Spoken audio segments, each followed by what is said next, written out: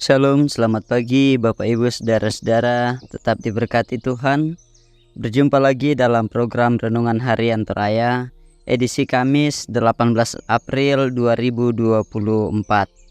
Pembacaan kita saat ini terdapat di dalam Kejadian pasal 30 ayat 25 sampai 43. Mari bersama kita berdoa. Bapa di surga, segala kemuliaan hanya bagimu. Terpujilah kekal Engkau dalam kehidupan kami anak-anak-Mu. Kami bersyukur bahwa pemeliharaanmu terus berlangsung dalam kehidupan kami, dan kami boleh menjalani hidup itu dalam kasih sayang-Mu. Saat ini Tuhan, kami rindu mendengarkan firman-Mu. Biarlah firman-Mu tetap akan menolong kami, menguatkan kami untuk hidup menikmati setiap berkat-berkat Tuhan. Di dalam Kristus kami berdoa. Amin. Kejadian pasal 30 ayatnya yang ke-25 sampai ayatnya ke-43. Lembaga Alkitab Indonesia memberikan judul Yakub memperoleh ternak. Setelah Rahel melahirkan Yusuf, berkatalah Yakub kepada Laban, "Izinkanlah aku pergi supaya aku pulang ke tempat kelahiranku dan ke negeriku. Berikanlah istri-istriku dan anak-anakku yang menjadi upahku selama aku bekerja padamu, supaya aku pulang, sebab engkau tahu betapa keras aku bekerja padamu." Tetapi Laban berkata kepadanya, "Sekiranya aku mendapat kasih-Mu, telah nyata kepadaku bahwa Tuhan memberkati aku karena engkau." Lagi katanya, "Tentukanlah upahmu yang harus kubayar, maka aku akan memberikannya."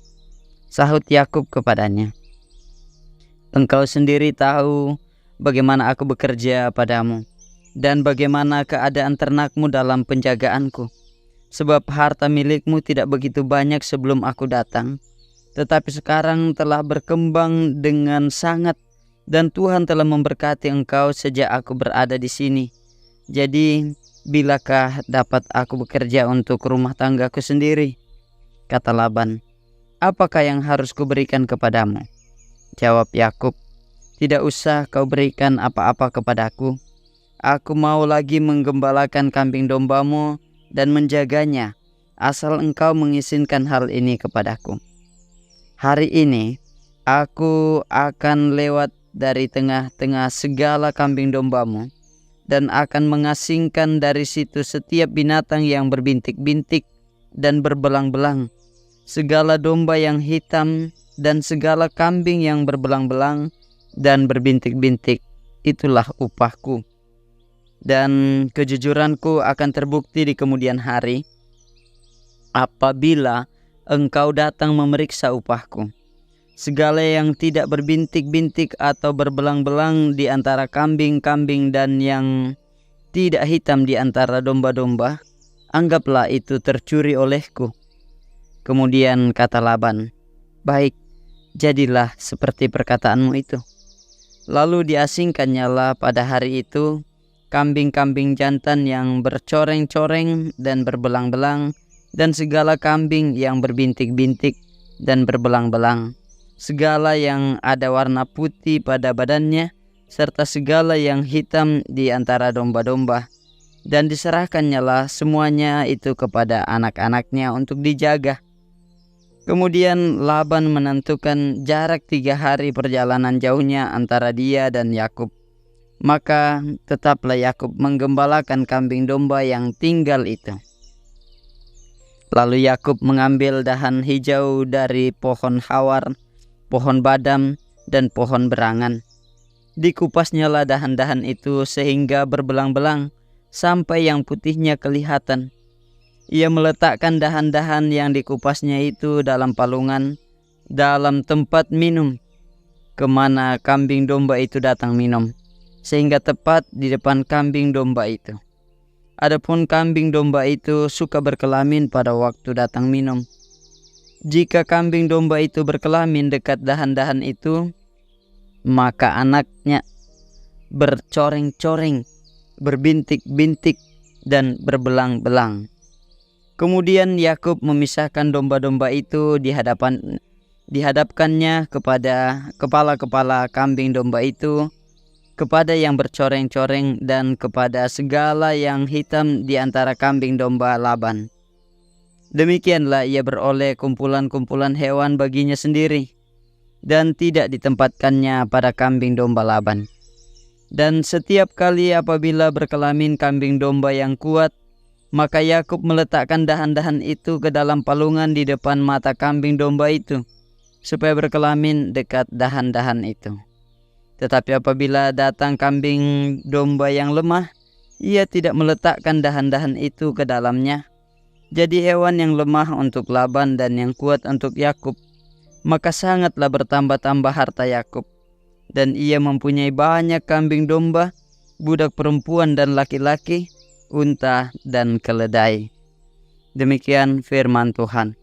Saudara-saudara yang kekasih dalam Kristus, tema kita hari ini adalah sama tetapi berbeda. Susi apa tayaan napada. Percakapan Yakub dan Laban sangat menarik, yang sepintas memiliki sudut pandang yang sama pada ayat 27. Laban mengakui bahwa Tuhan memberkati Laban karena Yakub. Dan ayat 30, Yakub pun mengakui bahwa Tuhan telah memberkati Laban sejak Yakub berada bersama dengan Laban. Ternyata saudara-saudara, walaupun sudut pandang yang sama, tetapi motifnya berbeda. Laban memiliki motif ingin mengambil hati Yakub karena keuntungan yang telah diperolehnya melalui kerja keras Yakub. Ternak peliharaan bertambah sangat banyak dalam penjagaan Yakub. Laban sebenarnya fokus pada dirinya sendiri dan berusaha mengambil hati Yakub dengan mengeluarkan kata-kata yang baik. Dia katakan, sekiranya aku mendapat kasih-Mu, tentukanlah upahmu yang harus kubayar. Yakub sudah cukup mengenal Laban yang telah mengubah-ubah upah yang sudah disepakati. Yakub bukan meminta upah dari sudut pandang Laban. Yakub meminta upah dari sudut pandangnya, dan demikianlah disetujui Laban. Yakub memiliki motif yang berbeda. Masa kerja sudah selesai dan sudah mendapatkan keluarga besar dari Laban. Atas rasa tanggung jawab kepada keluarganya, Yakub meminta kepada Laban untuk diizinkan membawa keluarganya ke negerinya di Kanaan. Yakub percaya kepada pemeliharaan dan janji Tuhan. Tuhan memberkati Yakub dengan harta yang banyak. Meski kita melihat bahwa kedua orang ini, Yakub dan Laban, memiliki sudut pandang yang sama, bahwa Tuhan memberkati mereka atas kehadiran satu terhadap yang lain. Namun saudara-saudara yang kekasih dalam Kristus, kita melihat bahwa Tuhan memberikan berkat-Nya kepada setiap orang yang dikasihinya. Karena itu, mari bersama-sama terus kita percaya bahwa Tuhan memberkati kita. Tuhan memberkati orang lain. Dan biarlah juga pesan firman Tuhan saat ini, orang lain diberkati karena kehadiran kita yang diberkati Tuhan. Terpujilah Allah. Shalom. Selamat berkarya Bapak Ibu, saudara-saudara yang kekasih dalam Kristus. Tuhan Yesus memberkati. Kita berdoa. Bapa di surga, terima kasih untuk firman-Mu saat ini, mengajarkan kepada kami bersama-sama untuk terus menghidupi berkat-Mu, dan bersyukur karena kehadiran kami, orang lain dapat diberkati. Dan kami percaya Tuhan telah menyediakan berkat-berkat kepada anak-anak-Mu, mengaruniakannya untuk menopang hidup mereka, keluarga mereka, orang-orang yang dikasihi. Terpujilah kekal Engkau Tuhan. Berkati anak-anak-Mu dalam aktivitas mereka, dalam masa tumbuh kembang pekerjaan dan usaha mereka, pendidikan yang boleh dijalani saat ini. Ya Bapa, berkati bangsa dan negara kami, pemimpin-pemimpin kami. Terpujilah kekal Engkau di dalam kemuliaan-Mu. Haleluya. Amin.